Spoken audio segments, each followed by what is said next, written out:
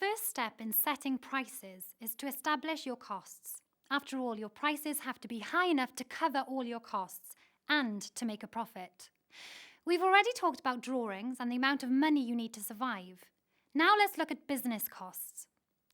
These fall into three main categories: fixed costs or overheads, direct or variable costs, and capital costs. Let's start with fixed costs and overheads. These are the costs that you have to pay no matter how much or how little you sell. Things like rent on a shop or an office are fixed costs. You have to pay the same amount of rent whether you sell one product or 1,000. Your fixed costs depend on things like the type of business, where the business is based, and how many employees you have.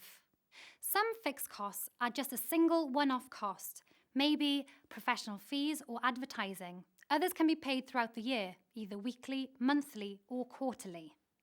These would be salaries or wages, utility bills, or your vehicle costs. Fixed costs like insurance, telephones, internet charges, and office supplies can be expensive, so make sure you do your research and shop around. It's a good idea to get written quotes on all your costs. The second type of cost is direct or variable costs. These are things like the costs of raw materials, packaging, and delivery charges. They change as sales increase. The more you make and sell, the higher the variable costs. If you're providing a service rather than a product, you'll probably have fewer variable costs. However, don't forget to include charges for freelance support or subcontractors. Finally, we come to capital costs. These are the fixed costs that benefit the business for a long time.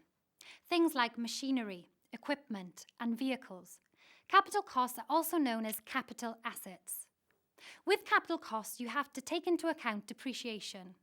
This is the accounting term that gives a value to the amount of wear and tear on your capital assets. The value of, say, a delivery van falls over time.